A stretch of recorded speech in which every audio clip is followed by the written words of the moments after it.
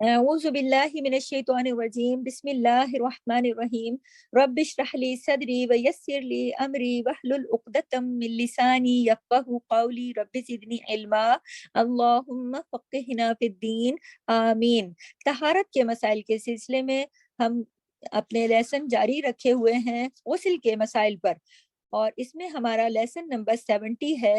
اور مسح پر ہماری ٹاپک چل رہا ہے۔ لیسن نمبر 70 میں جیسا کہ ہم نے پچھلے لیسن میں بتایا کہ سر کے مسح کا طریقہ، مسنون طریقہ بتایا، کانوں کے مسح کا اور پگڑی موزوں وغیرہ پہ میں نے آپ کو پچھلے لیسن میں یعنی 69 میں بتایا۔ آج لیسن نمبر 70 میں جنبی کا جو مسح ہے ختم ہو جاتا ہے اس کے بارے میں بتاؤں گی کہ جنبی ہونا مدت مسح کو ختم کر دیتا ہے۔ جیسا کہ پچھلے لیسن میں نے آپ کو بتایا تھا کہ مدت مسح یعنی آپ نے مسح کرنا ہے تو آپ کے پاس مدت کتنی ہے، کہ اگر آپ ایک جگہ پر ہو، مقیم ہو، تو آپ ایک دن اور رات کے لیے یہ طریقہ کر سکتے ہو کہ موضوع پہ مسح کر سکتے ہو۔ کبھی ٹھنڈک ہوتی ہے، بزرگ ہوتے ہیں لوگ، ان کے لیے یہ رعایت ہے، اور جو مسافر ہے تو وہ 3 دن اور رات کے لیے اس کو یہ ٹائم پیریڈ اس کو میسر ہے۔ لیکن جنبی جو ہے،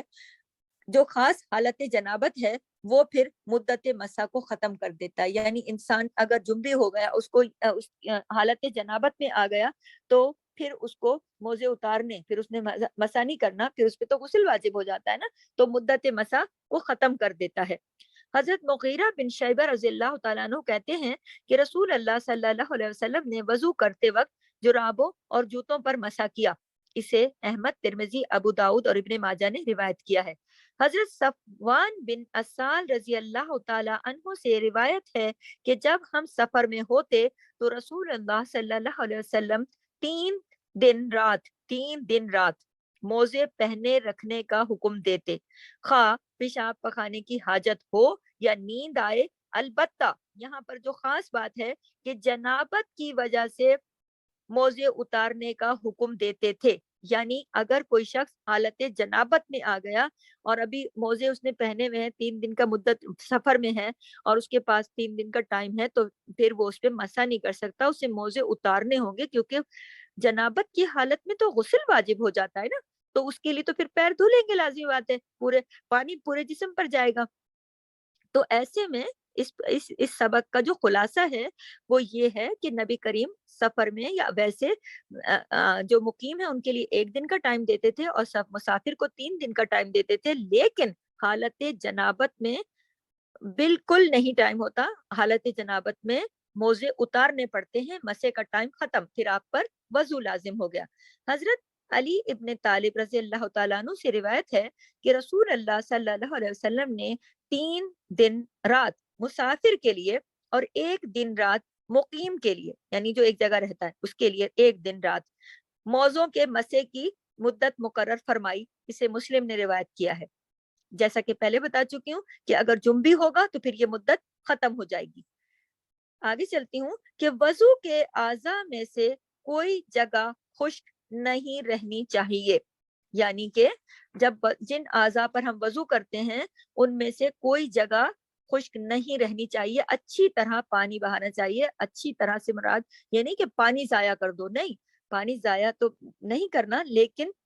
جسم کے حصے خشک نہیں رہنے چاہیے۔ جیسے لوگ اچھی طرح وضو نہیں کرتے، جلدی جلدی کرتے ہیں تو کہیں کوئی حصہ خشک رہ گیا، تو خشک نہیں رہنا چاہیے، لازمی اچھی طرح وضو کرنا چاہیے۔ وضو کے اعضاء میں سے کوئی جگہ خشک نہیں رہنی چاہیے۔ اس سلسلے میں حدیث ہے، حضرت انس رضی اللہ تعالیٰ عنہ فرماتے ہیں کہ نبی اکرم صلی اللہ علیہ وسلم نے ایک آدمی کو دیکھا جس کے پاؤں میں وضو کرنے کے بعد ناخن جتنی جگہ خشک تھی، وضو کر لیا لیکن ناخن جتنی جگہ خشک تھی۔ رسول اللہ صلی اللہ علیہ وسلم نے اسے حکم دیا، واپس جا کر اچھی طرح وضو کرو۔ اسے ابو داؤد اور نسائی نے روایت کیا ہے۔ حضرت ابو ہریرہ سے روایت ہے کہ نبی اکرم صلی اللہ علیہ وسلم نے ایک آدمی کو دیکھا جس نے وضو میں اپنی ایڑی نہیں دھوئی تھی، پیر کی ایڑی ہوتی ہے نا، نہیں دھوئی تھی، تو آپ صلی اللہ علیہ وسلم نے فرمایا کہ خشک ایڑیوں کے لیے آگ کا عذاب ہے۔ اسے مسلم نے روایت کیا ہے۔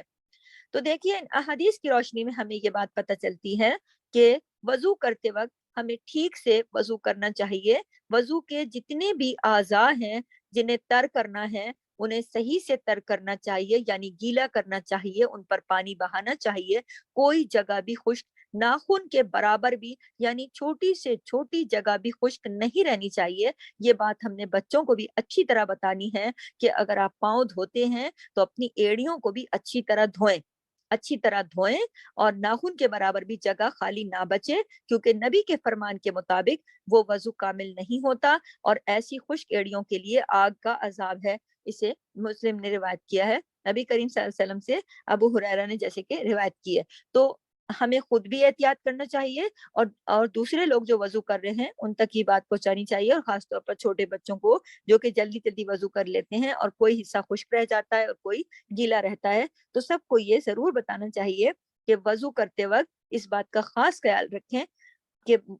زور اس بات پر نہیں ہونا چاہیے کہ پانی زیادہ بہاؤ، نہیں، زور اس بات پہ ہونا چاہیے کہ آپ بے شک آپ کو بار بار پانی کھولنا بند کرنا پڑے، لیکن آپ اپنے وضو کے سارے اعضاء جہاں جہاں آپ نے پانی لگانا ہے وہ پورے اچھی طرح تر ہونے چاہیے، خشک نہیں رہنے چاہیے، گیلے ہونے چاہیے، ان پر پانی ضرور لگے، خشک ہوا تو وہ پھر عذاب ہے۔ سبحانک اللہم و بحمدک، نشہد ان لا الہ الا انت، نستغفرک و نتوب الیک۔ السلام علیکم ورحمۃ اللہ وبرکاتہ۔ جزاک اللہ خیر۔